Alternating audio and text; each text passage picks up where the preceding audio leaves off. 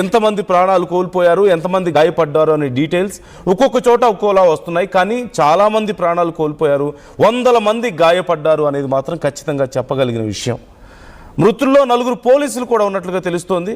పీఓకేలో ఇప్పుడు internet, mobile సేవలు పూర్తిగా నిలిచిపోయాయి. అయితే వాస్తవాలు బయటికి రాకుండా కమ్యూనికేషన్ సేవలు పూర్తిగా పాకిస్తాన్ సర్కార్ అక్కడ నిలిపివేసింది. ఈ ఆందోళనలు ఇప్పుడు ముజఫరాబాద్ కూడా విస్తరిస్తున్నట్లుగా తెలుస్తోంది. పాక్ ఆక్రమిత కాశ్మీర్ అంతటా కూడా ఇప్పుడు హై అలర్ట్ ప్రకటించారు. ఇప్పుడు పీఓకేలో పాకిస్తాన్ తీరు మీద కేంద్రం కూడా చాలా సీరియస్గా అబ్జర్వ్ చేస్తున్నట్లు కనపడుతోంది. మానవ హక్కుల ఉల్లంఘనను కప్పిపుచ్చేందుకు పాక్ ప్రయత్నం చేస్తోంది అంటూ చెప్తున్నారు. నిరసనకారులపై పాకిస్తాన్ పోలీసుల క్రూరత్వం అమానవీయం అంటూ కూడా ఇప్పటికే ఎంఈఏ రెస్పాండ్ అయింది. ఒక్కసారి భారత్ రెస్పాన్స్ ఏ విధంగా ఉంది ఈ విషయం మీద చూద్దాం.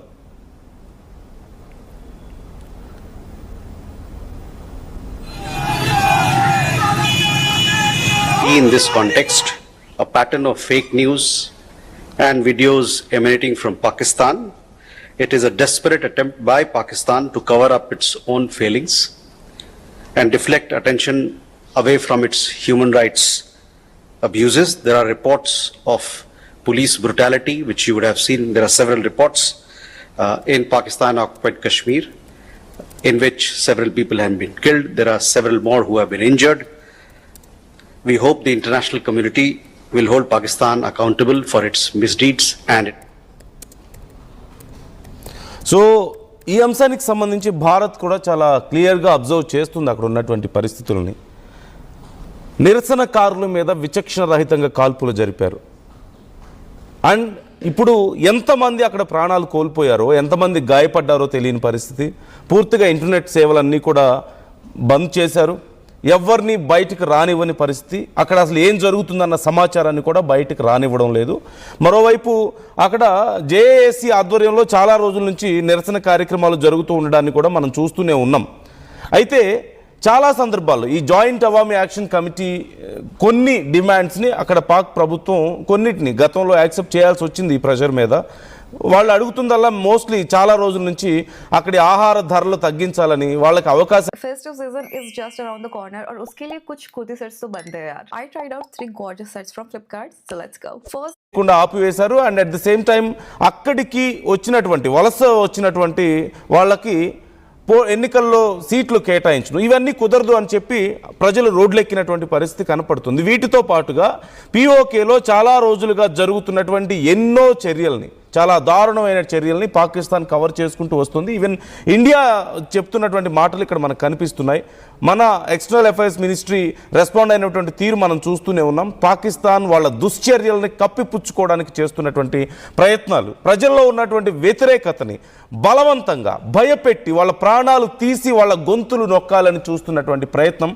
అండ్ చాలా సింపుల్గా చెప్పాలంటే పీఓకేలో పాక్ పట్టు కోల్పోతుంది. నిదానంగా ప్రజలు తిరగబడే స్థాయికి చేరుతున్నారు. ఎక్కువ రోజులు ఈ అణచివేతని ఇక భరించే పరిస్థితుల్లో ప్రజలు లేనట్లుగా కనపడుతోంది. సో ఇక్కడ మనం ఏదైనా మరింత డీప్గా మాట్లాడుకుంటే it may look like a speculation or else ఇంకా మరి అనవసరమైనటువంటి సమాచారం కూడా మనం మాట్లాడుకునే అవకాశం ఉంటుంది. కాబట్టి మనం తక్కువగా మాట్లాడదాం. మనతో శ్యామ్ ప్రసాద్ గారు జాయిన్ అవుతున్నారు, మాజీ వింగ్ కమాండర్. సో ఆయనకి సైన్యంలో మంచి ఎక్స్పీరియన్స్ ఉన్న ఆయన. అట్ ది సేమ్ టైం అసలు పీఓకేలో ఏం జరుగుతుంది అనే దానికి సంబంధించి అవగాహన కలిగినటువంటి, నిజంగా అవగాహన కలిగినటువంటి వ్యక్తుల్లో ఆయన ఉన్నారు. సో వారిని అడిగి తెలుసుకుందాం అక్కడ ఏం జరుగుతుంది అనేది. శ్యామ్ ప్రసాద్ గారు, thank you so much for joining with us. మీ టైం, మీ వాల్యుబుల్ టైం మాకు కేటాయించినందుకు. నమస్తే సార్. నమస్తే. సో శ్యామ్ ప్రసాద్ గారు, ఈరోజు జరిగినటువంటి ఇన్సిడెంట్ మీద, ఇన్సిడెంట్ చూసిన తర్వాత అసలు ఫస్ట్ మీకు ఏమనిపించింది ఆ ఇన్సిడెంట్ చూడగానే?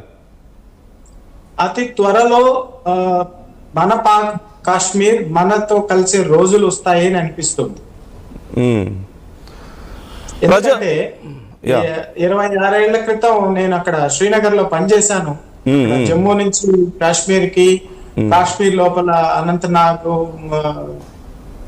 గుల్మార్గ్ వీటిలో బై రోడ్డు కూడా ప్రయాణించాను. చాలా భూతల స్వర్గం, చాలా బ్యూటిఫుల్ ప్లేస్ ఆన్ ఎర్త్.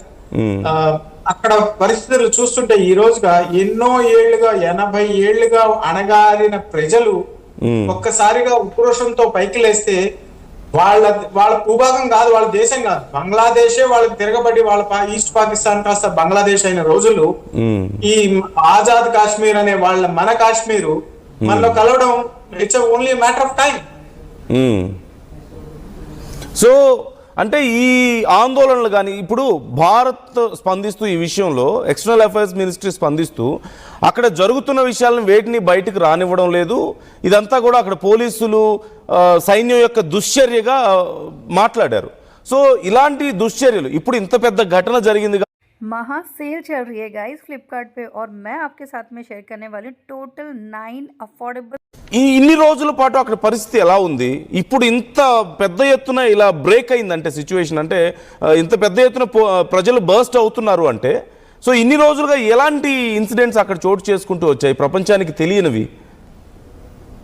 వాళ్ళు చాలా దుర్మార్గంగా కాశ్మీర్ ని, ఆజాద్ కాశ్మీర్ అనే మన కాశ్మీర్ ని అణిచివేశారు. సైనిక పరంగా, పౌర హక్కుల పరంగా, బేసిక్ నెసెసిటీస్ కూడా వాళ్ళకు సమకూర్చకుండా 80 ఏళ్లుగా.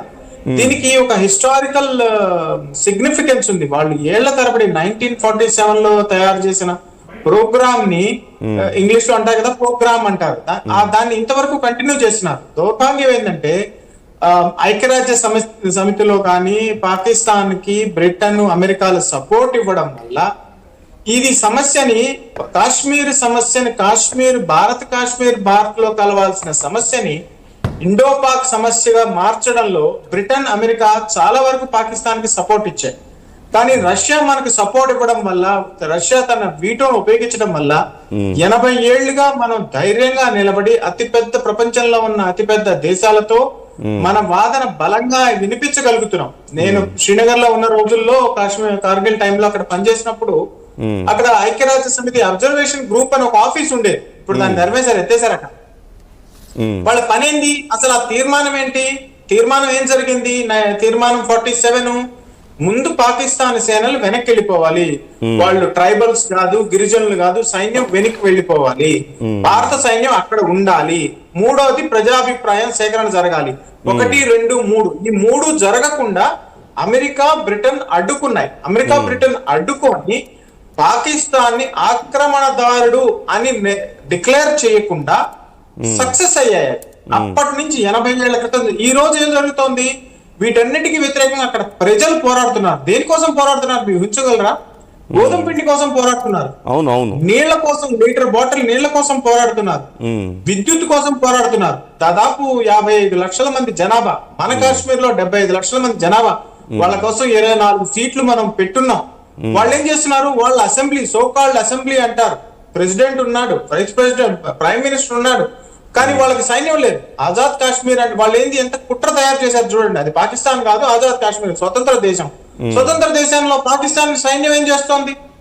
ఉచ్చపదింటి కోసం మీరు విజువల్స్ చూపిస్తున్నారు, వందల మంది చనిపోతున్నారు. అనిపెట్టి మొత్తం ఇంటర్నెట్ ఆపేశారు, శాటిలైట్ జూమింగ్ ఆపేశారు. వీటికన్నీ అమెరికా సపోర్ట్ చేస్తోంది. అంటే ఇన్ని రోజుల పాటు ఇప్పుడు ప్రజల్లో ఇలాంటి ఒక, మనం ఇంతకుముందు చెప్పుకున్నట్లుగా బర్స్ట్ అయింది, సిచ్యువేషన్ పూర్తిగా బర్స్ట్ అయింది. ఖచ్చితంగా ప్రజల్లో ఆ తిరుగుబాటు ఉంది అనేది మనకు కనపడుతోంది. అయితే ప్రజల్ని ఇన్ని రోజులుగా ఎలా అణచివేయగలుగుతున్నారు? అంటే అక్కడ ఎలా కంట్రోల్ చేయగలుగుతుంది పాకిస్తాన్ సైన్యం కానీ, వాళ్ళ పోలీసులు కానీ, వాళ్ళ వ్యవస్థ ప్రజల్ని ఎలా కంట్రోల్ చేయగలుగుతుంది? దుర్మార్గంగా ఒక సైనిక స్థావరంగా వాళ్ళు కాశ్మీర్ ని భావిస్తున్నారు. భావించడమే కాకుండా 2 భాగాలుగా విడగొట్టారు. గిల్గిట్ బాల్టిస్తాన్ అన్నారు, ఆజాద్ కాశ్మీర్ అన్నారు. ఆజాద్ కాశ్మీర్ కి ముజీరాబాద్ హెడ్ క్వార్టర్స్ అన్నారు, దానికి గిల్గిట్ ఇష్ట రాజ్యంగా వాళ్ళు సైనిక దుశ్చర్య జరుగుతోంది. మన స్వాతంత్రం వచ్చినప్పుడు ఎన్ని సంస్థానాలు అయితే మనం చర్చలతో అందరితో మాట్లాడి ఒక భారత భూభాగంగా మార్చగలిగామో, వాళ్ళు నిరంకుశంగా సైన్యం బూట్ల కింద ప్రజల్ని నలిపేస్తున్నారు. 55-60 లక్షల మందిని. వాళ్ళు ఏం చేస్తారు? ఎక్కువ మంది ఉండేది ఎక్కడ? కాశ్మీర్ లో, ఆజాద్ కాశ్మీర్ అనబడే పాకిస్తాన్ ఆక్యుపైడ్ కాశ్మీర్ లో. తక్కువ మంది ఉండేది గిల్గిట్ లో. అక్కడ అందరూ ముస్లిం మెజారిటీసే. ముస్లిం దేశంలోనే ముస్లింల మీద అత్యాచారం చేస్తున్నారు. ఎవరు చేస్తున్నారు?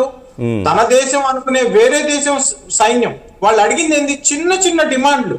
జాయింట్ అవామీ యాక్షన్ కమిటీ అడిగింది ఏంది? 38 డిమాండ్లు అడిగింది.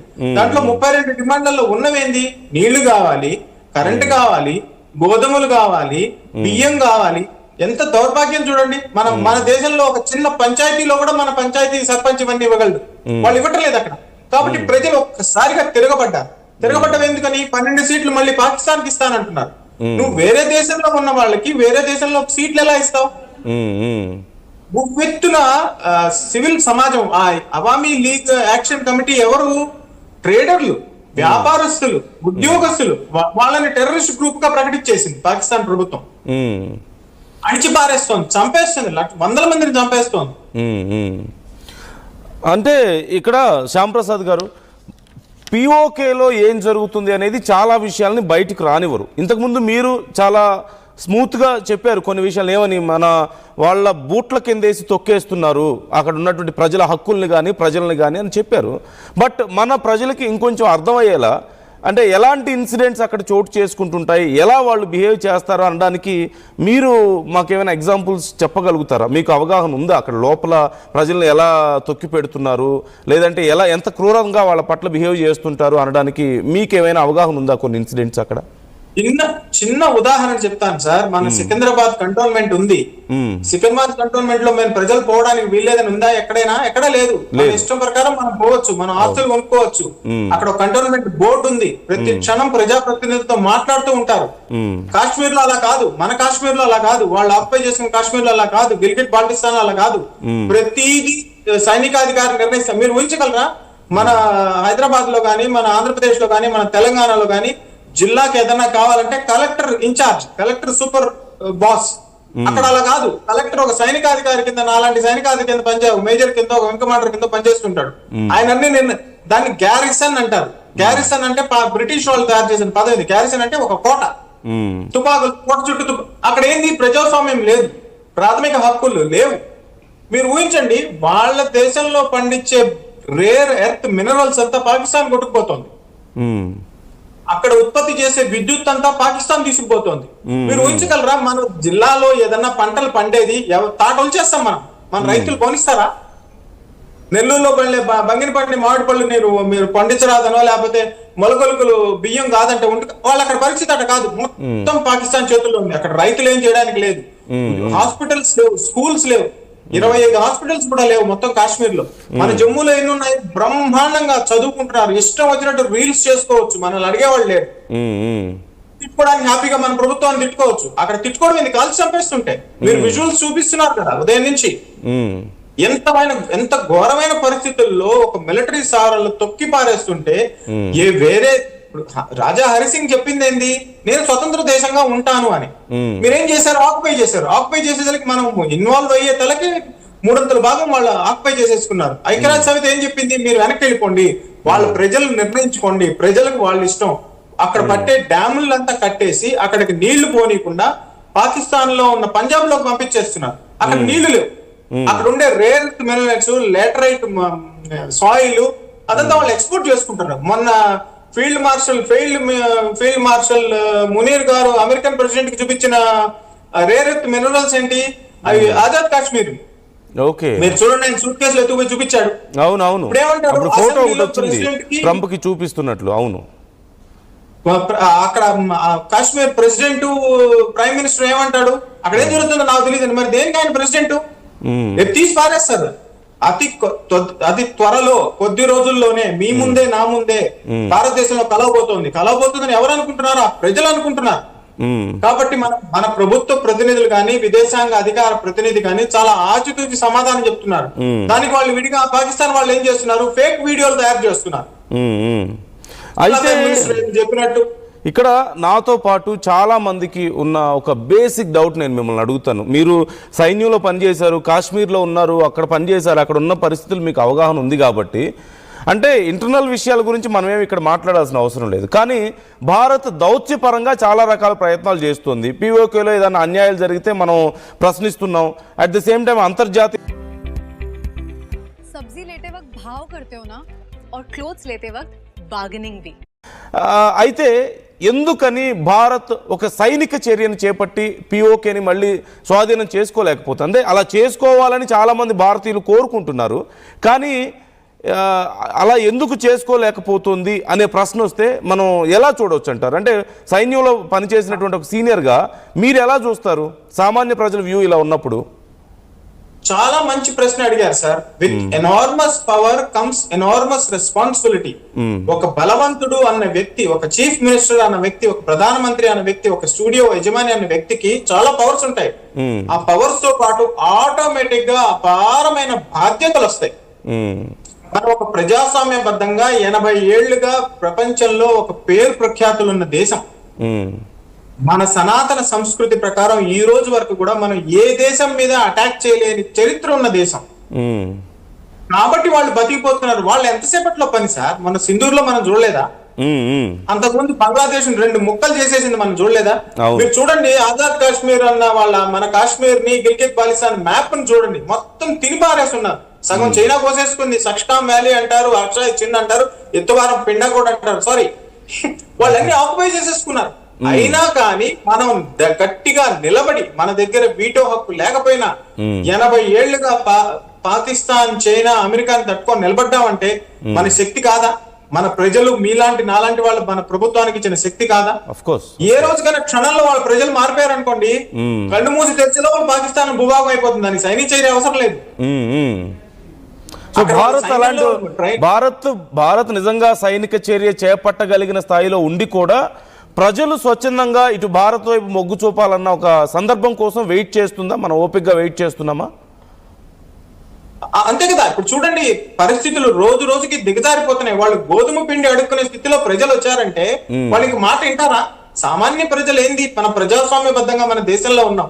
ప్రభుత్వాలు అన్ని చేస్తున్నా గానీ 5 ఏళ్లకు ఒకసారి మనం ప్రభుత్వాలను మార్చేస్తున్నాం. ఎందుకంటే మా హక్కులు, మా ఇష్టం, మా ప్రజలు, మేరా దేశ్ మేరా మర్జీ. అక్కడ వాళ్ళకి మేరా దేశ్ మేరా మర్జీ లేదు. అక్కడ అడిచి పారేస్తున్నారు, పిట్టలు కొట్టిన చంపేస్తున్నారు. వాళ్ళకి ఉద్యోగాలు లేవు, వాళ్ళకి చదువులు లేవు, హాస్పిటల్స్ లేవు, కరెంటు లేదు, బియ్యం లేదు, గోధుమలు లేవు. కాబట్టి ఏం చేస్తాం? 55 కోట్ల మంది ఏం చేయాలి? 55 లక్షల మంది ఏం చేయాలి?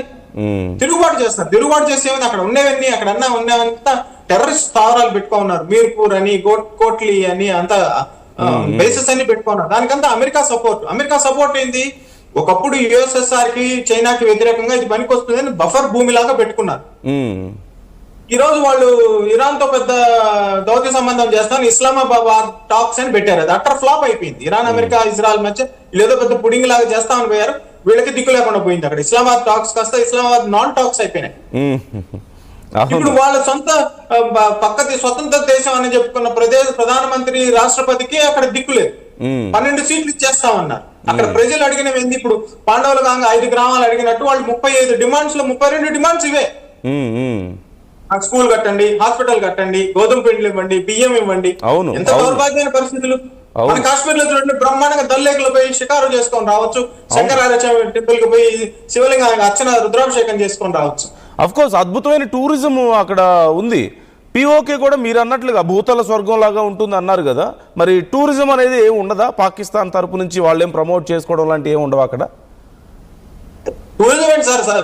ఇంటర్నెట్ ఇవ్వకపోతే శాటిలైట్ ని తిప్పుకొని మొత్తం ఆక్యుపై చేసి ఒక సైనిక స్థావరం లాగా చేసి పెట్టారు.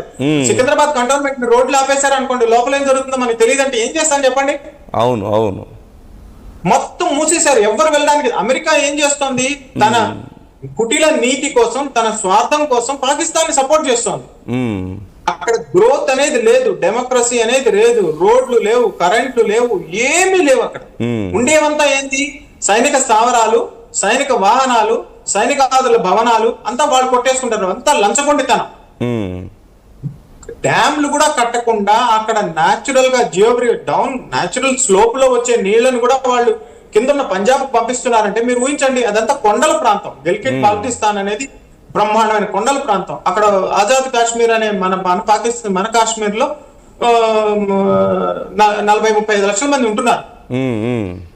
వాళ్ళకి ఏం ఫెసిలిటీస్ లేవు అక్కడ. వీళ్ళు వచ్చి ప్రతిసారి దోచుకొని వెళ్ళిపోతుంటున్నారు బ్రిటిష్ వాళ్ళు చేసిన విధంగా. సో కాబట్టి విపరీతంగా ప్రజలు తిరగబడ్డారు. పాకిస్తాన్ కి కాబోయే రోజుల్లో చాలా గడ్డుకాలం. అంటే ఇప్పుడు తిరగబడ్డారు, కాల్పులు జరిగాయి. అదే ఇప్పుడు మన దేశంలో కనుక, భారతదేశంలో కనుక అలాంటి కాల్పులు ఏదైనా జరిగితే దేశం మొత్తం అట్టుడికిపోతుంది. ఖచ్చితంగా ఆ ప్రభుత్వం లేదంటే ఆ సైనికులు ఆ పోలీసులు చేసినటువంటి ఆ పని మీద చాలా తీవ్రమైనటువంటి ఆగ్రహం వచ్చేది, తిరుగుబాట్లు వచ్చాయి, దేశవ్యాప్తంగా మొత్తం అట్టుడికిపోయేది. పీఓకేలో మాత్రం ఇప్పుడు ఇంటర్నెట్ సేవలు ఆపేశారు, మరి ఏం జరుగుతుంది అనేది మనకు తెలియడం లేదు. ఇంతకుముందు మీరు ఒక మాట అన్నారు, అతి త్వరలో మారబోతోంది, మనలో కలవడానికి అవకాశం ఉంది అని చెప్పేసి మీరు అన్నారు. అంటే ఇలా మరింత స్థాయిలో ఇలాంటి ఉద్రిక్తతలు, అంటే మరింత స్థాయిలో ఈ పోరాటాలు జరగబోతున్నాయి అనేది మీ ఉద్దేశమా? ఈజ్ దేర్ ఎనీ ఛాన్స్ భారతదేశానికి ఇన్వాల్వ్ అవ్వడానికి స్కోప్ ఉందా ఈ విషయంలో ఏదైనా? ఇప్పటికే వాళ్ళ చేతులు దాటిపోయింది సార్. ఎంతమంది సైన్యాన్ని పంపించగలరు చెప్పండి మీరు? 40 లక్షల మంది ప్రజల మీద మీరు 40 లక్షల మంది సైన్యాన్ని పంపించగలరా? మహా పంపిస్తే 4,000 పంపిస్తారు, 5,000 పంపిస్తారు, ఒక డివిజన్ పంపిస్తారు, 2 బెటాలియన్ పంపిస్తారు. 40,000 మందిని పంపించగలరా? అన్ని విమానాలు ఉన్నాయా మీ దగ్గర? మీ ఎత్తుగారం మీకు వరల్డ్ బ్యాంక్ డబ్బులు ఇస్తే తప్ప మీకు బతకలేని పరిస్థితి. కానీ అమెరికా, బ్రిటన్, ఫ్రాన్స్ వీళ్ళందరూ కలిసి దాన్ని నెత్తి మీద మోస్తున్నాయి పాకిస్తాన్ ని, చైనా. అవును, దానివల్ల వాపును చూసి బలు పడుకుంటోంది. అది దెర్ ఇస్ నథింగ్ దేర్. ఇప్పుడు మీరు చూడండి, ఈ రోజు హైదరాబాద్ లో వానలు వస్తే మీరు గట్టిగా నిలబడి ప్రభుత్వాన్ని ప్రశ్నించగలిగారు. మీ విలేకరులు రోడ్లలో వానలో నిలబడి ప్రభుత్వాన్ని ప్రశ్నించగలిగారు. ఆ స్వాతంత్రం ఉందా అక్కడ? అంతే కదా. అక్కడ మాట్లాడిస్తారా? వేసేస్తారు అంతే పక్కన. సో ప్రభుత్వాలు చాలా, పాకిస్తాన్ ఏం చేస్తుంది, అమెరికా సహాయంతో శాటిలైట్లు ఆపేసి అక్కడ యాక్చువల్ గా మీరు 200 అంటున్నారు, నేను 2,000 అంటాను. మనకు తెలియటం లేదు అక్కడ ఏం జరుగుతుందో. అవును, లైవ్ బుల్లెట్స్ లో లైవ్ ఆర్మీ లైవ్ బుల్లెట్స్ ఎప్పుడు ఉపయోగిస్తుందండి సిటిజన్స్ మీద? ప్రపంచంలో ఎక్కడన్నా చూసారా మీరు? మొన్న ఇరాన్ లాంటి ప్రాంతాల్లో తప్ప ఎక్కడ చూసి ఉండలేదు మనం. డమ్మీ బుల్లెట్లు ఉపయోగిస్తారు, లేకపోతే టియర్ గ్యాస్ షెల్స్ ఉపయోగిస్తారు. అదే లైవ్ బుల్లెట్లు ఉపయోగిస్తున్నారు అంటే పరిస్థితి తల దాటిపోయిందనే కదా అర్థం. అవును అవును అవును. అందుకని మొన్న డొనాల్డ్ ట్రంప్ గారు ఏమన్నారు, పిఓకేలో నేను మధ్యవర్తి. ఏంది ఆయన మధ్యవర్తం చేసేది? ఇరాన్కే దిక్కు లేదు. మీరు మీరే ఉంటారు, ఒక 10-15 రోజుల మధ్యలో ఆయన ఒక స్టేట్మెంట్ ఇచ్చారు ప్రెసిడెంట్. అవును అవును అవును. అంటే ఏమని అర్థం? అక్కడ దాకా వార్త వెళ్ళిపోయింది. సార్ కాపాడండి సార్ నా ఇన్ఫాక్ట్ మేబీ ఇక పిఓకేలో పరిస్థితి పాకిస్తాన్ పట్టు కోల్పోయేలా ఉంది కాబట్టే యుఎస్ అలా రెస్పాండ్ అయింది అనుకోవాలేము ఖచ్చితంగా మనం, యాజ్ యూ సెడ్. అంతే కదా. అమెరికన్ రాష్ట్రపతి పిఓకే మీద మాట్లాడారు అంటే ఆ చేయి జారిపోతున్నట్టే కదా లెక్క. ఖచ్చితంగా. మొన్న జూన్ 27న ఎన్నికలు జరిగాయి, రేపు జూలై 27న ఎన్నికలు జరగబోతున్నాయి. అవేవి ఆథరైజ్డ్ కాదు. అంతర్జాతీయ సమాజం రూల్స్ ప్రకారం అక్కడ ఎన్నికలు జరగకూడదు. అది భారత భూభాగం, పాకిస్తాన్ ఆక్యుపేషన్ లో ఉంది, సైన్యం వెనక్కి వెళ్ళిపోవాలి. అవును, ఇవన్నీ అంతర్జాతీయ సమాజానికి తెలుసు. కాబట్టి ఎప్పుడు మనం తీర్మానాలు చేసినా గానీ పాకిస్తాన్ ని ఆక్రమణదారుడు అని నిర్ణయించలేకపోతున్నాం. ఏ రోజైతే ఐక్యరాజ్య సమితిలో ఆ తీర్మానం పాస్ అయిందో,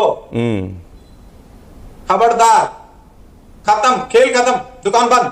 ఈవెన్ మనం సైనిక చర్య చేపట్టడానికి కూడా ఇబ్బంది ఉండదేమో అప్పుడు. ఇంకా ఏముండదు, ఎందుకంటే స్వతంత్ర దేశం కదా. అంతే కదా. ఐక్యరాజ్య సమితే స్వతంత్ర దేశంగా పాకిస్తాన్, మీరు చూడండి, పాకిస్తాన్ కి అవసరమైనప్పుడు దానికి స్వతంత్ర దేశం అంటుంది, అవసరం కానప్పుడు మన బోర్డర్లో పాకిస్తాన్ రేంజర్ ని పెట్టేస్తుంది. వేరే దేశంలో తమరు అమెరికా ఎందుకు అడ్డు చెప్పడం లేదు? పాకిస్తాన్ సైన్యం ఏంది? పాకిస్తాన్ సైన్యం బంగ్లాదేశ్ లో పెడతారు. హార్ట్ ప్రాబ్లం అని తెలిసినప్పుడు తెనాలికి చెందిన పివి సుధాకర్ గారు ఖర్చుల గురించి టెన్షన్ పడకుండా ప్రెసిడెంట్ అని మీ సైన్యం అక్కడ ఏం చేస్తోంది అని ఎవ్వరు అడగటంలా. ఎందుకు అడగటం లేదు? కుచ్తో మతలబ్ హై భాయ్. సార్, ఇప్పుడు పాకిస్తాన్లో మామూలుగా జనరల్గా అందరికీ తెలిసిన విషయమే, ప్రపంచానికి తెలిసిన విషయమే, వాళ్ళందరూ అన్ని దేశాల దగ్గర అడుక్కు తెచ్చుకొని తింటున్న పరిస్థితి కనపడుతుంది. అండ్ వాళ్ళ దేశంలో ఇప్పటికీ ఎంత అడుక్కు తెచ్చుకున్నా మళ్ళీ వాళ్ళు లోపల ఉన్న బలూచిస్తాన్తో పోరాడడానికి, పక్కనే ఉన్న ఆఫ్ఘనిస్తాన్తో పోరాడడానికి వీటికే సరిపోతుంది వాళ్ళు తెచ్చుకున్న డబ్బులు. మిగతాదేమో వాళ్ళ నాయకులు దోచుకు తింటున్నారు. వాళ్ళ దేశంలో ఉన్న ప్రజలకే తిండి పెట్టడానికి దిక్కులేని వాళ్ళు ఈ పిఓకే లాంటి ప్రాంతాలను ఎలా పోషించగలుగుతారు? వాళ్ళు ఏం చేయగలుగుతారు? అంటే వాళ్ళు నిజంగా పిఓకేని పోషిస్తున్నారా, లేదంటే దోచుకోవడం కోసం వాళ్ళు దాన్ని పెట్టుకున్నారా? అంటే స్ట్రాటజిక్ వీటి కోసం ఉపయోగపడుతుంది వాళ్ళ ప్లాన్స్కి. భారత్ మీద ఏదైనా కుట్రలు చేయడానికి కొంత ఉపయోగపడుతుంది. దాంతోపాటుగా పాకిస్తాన్ పిఓకేని దోచుకుంటుంది అనే మాటకి మీరు ఎలా రెస్పాండ్ అవుతారు? కరెక్ట్ గా అనాలిసిస్ చేశారు మీరు. పాకిస్తాన్ వాటిని రెండు రకాలుగా మన కాశ్మీర్ ని వాళ్ళనే ఆజాద్ కాశ్మీర్ వాడుకుంటోంది. ఒకటి డిఫెన్స్ డెప్త్ గా, రెండు సైనిక స్థావరంగా దోచుకునే స్థలంగా. సైనిక స్థావరంగా ఎలాగా? చైనా పాకిస్తాన్ ఎకనామిక్ కారిడార్ ని దాంట్లో పంపిస్తోంది. అంతర్జాతీయ సమాజం చెబుతూ కొట్టింది, వేరే దేశంలో మీరేందయ్యా, చైనాది ఆ భూభాగం చైనాది కాదు, పాకిస్తాన్ కాదని పాకిస్తానే చెప్పింది. ఎందుకంటే సపరేట్ రాష్ట్రపతి, సపరేట్ ప్రైమ్ మినిస్టర్ ఏడ్చాడు. మరి ఆ భూభాగంలో మీరెలా ఎకనామిక్ కారిడార్ కాస్తాని చైనా ఇచ్చిన డబ్బులన్నీ మట్టిలో కలిసిపోయినాయి. కాబట్టి దాన్ని ఎకనామిక్ గా వాడుకుంటున్నారు, దోచుకొని వెళ్ళిపోతున్నారు. అక్కడ మీరు ఊహించండి, చైనా కంపెనీలు, చైనా వెహికల్స్ రైల్వే ట్రాక్స్ చేస్తే వాళ్ళ వెహికల్స్ ని వాళ్ళు తగలబెట్టేస్తున్నారు కాశ్మీర్ వాళ్ళందరూ. ఎందుకంటే ఇవన్నీ దోచుకుపోతున్నారు. వీళ్ళేమన్నారు, కొంతకాలం ఒక 40 ఏళ్ల పాటు పిఓకేని డిఫెన్సివ్ డెప్త్ గా వాడతాము, ఇండియా అటాక్ చేయడానికి ముందు పిఓకేని దాటి రావాలి, పిఓకేని దాటిన తర్వాత పాకిస్తాన్ రావాలి, అత్తా వత్తా ఇత్తా అన్నారు. ఏం లేదు, సింధూర్ లో ఏం జరగదు, అంటే పోయి ఆఫ్ఘనిస్తాన్ దాకా పోయేసి వచ్చేసాం మనం. ఆ డిఫెన్సివ్ డెప్త్ పోయింది, దోచుకుపోవడం పోయింది, ప్రజలు తిరగబడుతున్నారు. అంతర్జాతీయ సమాజం ఏం చేస్తుంది? అమెరికా ఏం చేస్తుంది? వాళ్ళ ఆయుధాలు అమ్ముకుంటుంది. అవును, వాళ్ళ డిఫెన్స్ ఇండస్ట్రీ. చైనా ఏం చేస్తుంది? చైనా డబ్బులు అందరికీ అప్పులు ఇస్తుంది, అప్పులు తీర్చకపోతే భూభాగాలు తీసుకుపోతుంది. సక్షం వ్యాలీ తీసుకుపోయింది, అక్సాయ్ చిన్ తీసుకుపోయింది, రేపు ఇస్లామాబాద్ తీసుకుపోయిన ఆశ్చర్యపోక్కర్లేదు. సామ్రాజ్యవాదం కదా.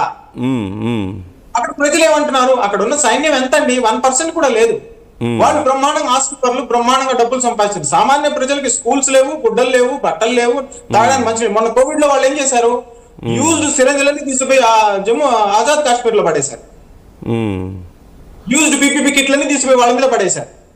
అవును అవును, అప్పుడు ఎక్స్పైరీ అయిపోయినటువంటి బిస్కెట్లు, మెడికల్ కిట్స్ అన్ని పంపించారుగా తీసుకువెళ్ళి. యూజ్డ్.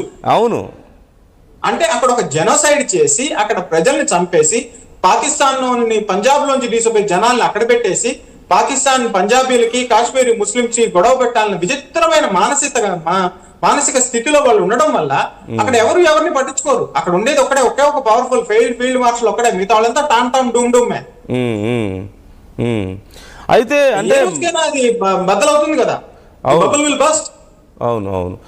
అంటే ఇక్కడ మరొక డౌట్ సార్, చాలామందికి ఇంతకుముందు నేను అడిగిన ప్రశ్నే ఇది, దాన్ని కొంచెం నేను కంటిన్యూ చేస్తున్నాను.